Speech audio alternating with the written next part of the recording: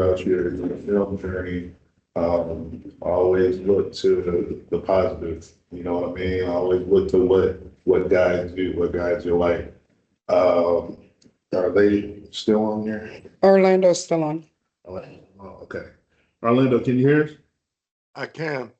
Okay, so what we're gonna do now, bros, each of the students are gonna go by one, tell the names, grade, a little bit about yourselves, and what you're looking to do with the film industry. So let's go ahead and start with my man right here. My name is Braden Shelby. I'm a senior, and then I'm really just looking to kind of all of the industry for different parts of it, like directing or filmmaking or acting. Okay, okay. And then, I'm sorry, you said you were looking at directing and acting? Yeah, kind of just all the fields, looking to do. Very cool, very cool. Okay, all right. What about you? I'm a technology trainer, and 17 years old, senior. For the field, I'll probably say everything. Very cool. A lot of directors, love it.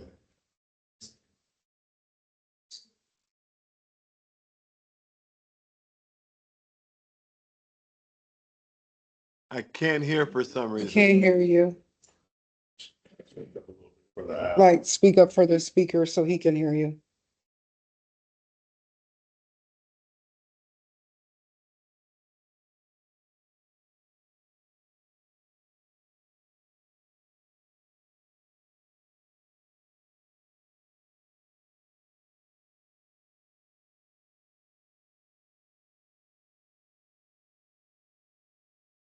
Okay, okay, so we got an actor over here. Love it, love it. All right. I'm Leslie Ewing. I'm 16. I believe I'm good at almost everything. So, but like my main point is though I believe that I can do film, like the film directing and acting and all that other stuff, I only believe that I'll be good at it. So what my main focus is that I'm above average at, which is writing, animation, and or choosing movies that will sell. I forgot what job that was. I think what it is. Mhm. Okay. Love it, love it. Jack of all trades. Love it. My name's Erica Moulton. I'm 16 years old and I'm a junior at Woodside High School. And I love all of the aspects of film. I've always been like, I've always wanted to be an actor, like from the earliest I can remember. And at my school, I participate in volleyball, cheer, and mock trial mainly. But yeah, I would love to be an actor. Love it, love it, love it. Got a lot of actors, a lot of directors. Does anyone have? Oh, yeah, please, go ahead, bro. No, listen, it's a crazy profession. I say that it is a profession generally done by those who truly love it because there are much easier things in life to do. So I'm going to try and split this into two different things. To the directors, that's a lot about editing. So when you think about video or any video you've ever seen, someone edited it. And when they edited it, they had a point of view. They thought this was important. They thought that wasn't important, right? You don't know what they got rid of because they're trying to tell you the story in a particular way. So as a director, that's a lot of what you do, right? You don't just shoot the story, you are a part of the way the story is put together to be told to highlight this as opposed to this. And so if you want to direct, taking pictures, telling stories with images, and then editing those images and the stories together is a lot of what you do. So I encourage you to practice that if you want to direct, because that's really what it is. You shoot, you edit, you put your story out there. And there are two different schools. There are those that think it's all about the passion of the story they want to tell. And then there are those that are in the business of it. And the business of it doesn't care at all about your passion. It's really about the audience. And frankly, the television business is the advertising business. So that's purely about selling stuff. Movie business, little different. That's the banking business. That's because half the money makes the movie go. So the idea, oddly, which should seem to be the most important thing, is often not. It's how do they fit into the business. And so if you want to act, it's the same thing, right? Acting in a commercial is completely different than acting in a movie, entirely different than acting in a television show. And even for a television show, what are we talking about? A half-hour comedy television show, a 1 hour drama television show? Is it a serialized show? Is it a Law and Order type of show? Very, very different worlds between a Sleepy Hollow and a Game of Thrones and a Law and Order. All television shows, all very different. So I think understanding, what part of it you want to get into and what you love. For me, you generally are a fan of something, and whatever you're a fan of is probably the thing that you want to do. So figure out what genre that is. Figure out what audience that speaks to, right? And then it'll give you a much closer understanding of where you want to enter the business. For me, I was a big fan of Mad Magazine because it was the funny magazine that had all the crazy stuff in it, right? With the pictures and the jokes, right? So I was able to enter the business by being on MADtv, a sketch comedy show. But I started off as a Mad Magazine fan when I was 14 years old, right? So for me, I got to really kind of live a dream. I got to do the thing that I was a fan of, right? And that's entirely possible in so many different ways. But I think it's important to start with what you love because it'll help you understand where you might want to enter the business because it's a very broad business. Lastly, I will say to you that there's a program called Unity. And if you start to learn or understand what that program is and how it operates, it filters into a lot of Marvel movies and a lot of gaming and what have you, because you're often using Unity. And if you are proficient in Unity and proficient in Adobe Suite, those two particular sets of programs, if you guys start learning how those programs work, you'll be able to get a long way in telling your story. Like you could definitely take 6 months and make something and then find yourself at Sundance somewhere. And let me give you an example. A friend of mine, Robert Rodriguez, really wanted to make a movie.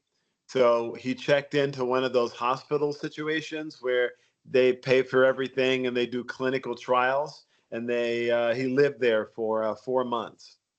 I'm sorry, 3 months, 3 months. And while he was there, he wrote a script called El Mariachi because he said he had access to a guitar case. He knew of a bar. He had a shopping cart and he had a bus. And those were the locations that he had. And for $7,000, he made a movie called El Mariachi that he wrote while he was in a medical lab situation for 90 days. And then he remade that movie and called it Desperado with Salma Hayek and Antonio Banderas. And now he's gone on to do Spy Kids and Sin City and what have you. But he started off with literally no money. And here are the sets I have. And I'm going to tell this story. And he knew he wanted to be an action director, right? So if you have a clear sense of I want to do this type of movie as opposed to that type of movie or this type of show or do this type of acting, right? It'll help you start. It doesn't mean you won't get access to the other stuff. It just means it gives you a starting place so it makes it easier to talk about. Love it. Love it. Absolutely love it. Beyond that, it is a fun job, but it's a crazy job. It's got a lot of tough days because you're going to hear a lot of no's, a lot of no's, a lot of no's. But the truth of the matter is, and this is probably the best advice I can give you, you don't have to wait on Hollywood anymore. Now you can post your stuff on YouTube. You can post your stuff on TikTok. And it's not like you can't make money doing that. In fact, you might make more money doing that, making your own content than being in somebody else's content. So I encourage you to tell your stories. You can put them on Tubi, you can put them on Samsung, you can put them on Roku, you can put them on Vivo. And all these platforms have millions of people. Tubi has 81 million. Vivo has 46 million. There's so many people on these platforms. You can upload it there. It's your content, and they split ad revenue with you, right? So you can actually start making money.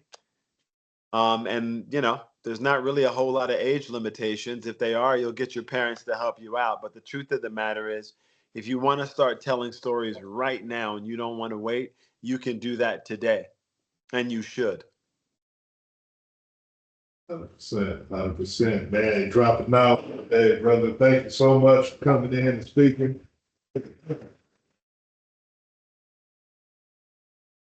Did anybody have any questions before it gets out of here?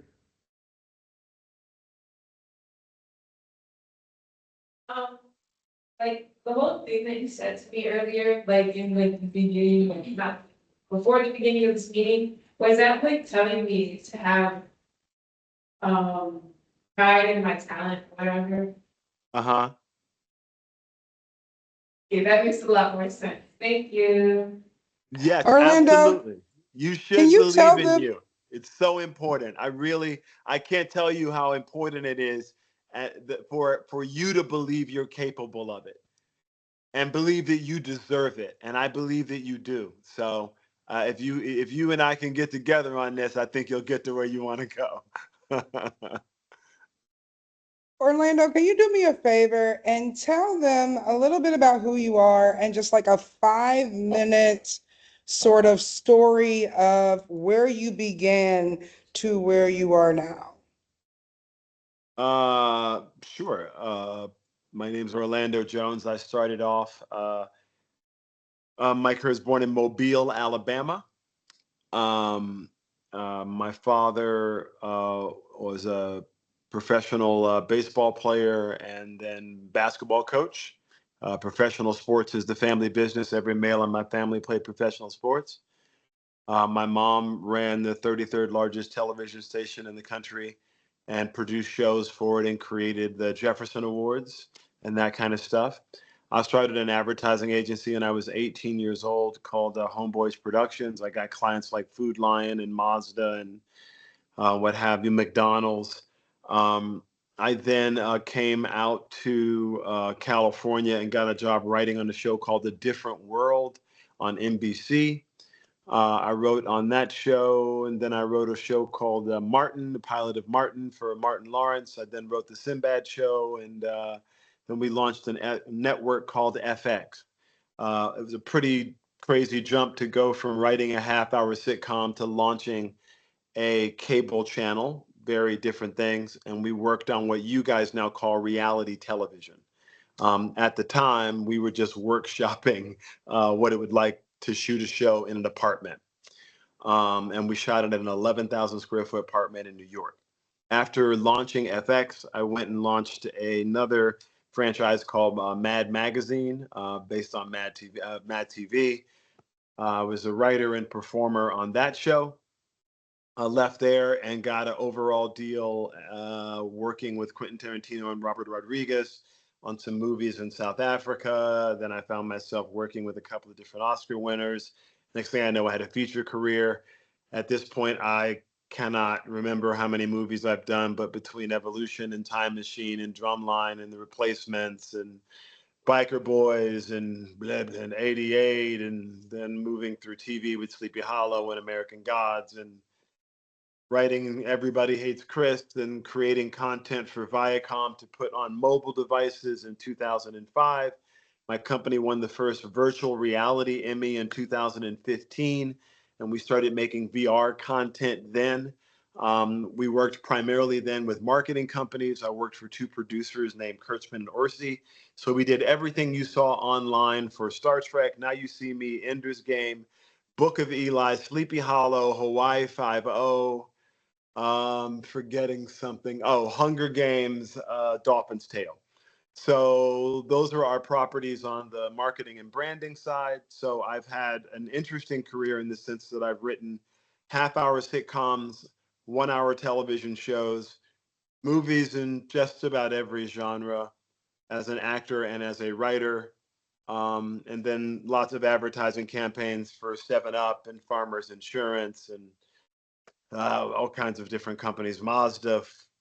And it's been an interesting and crazy journey of getting to operate and tell stories in 15 seconds, 30 seconds, a half hour, an hour, 72 minutes or more, which is what a movie is.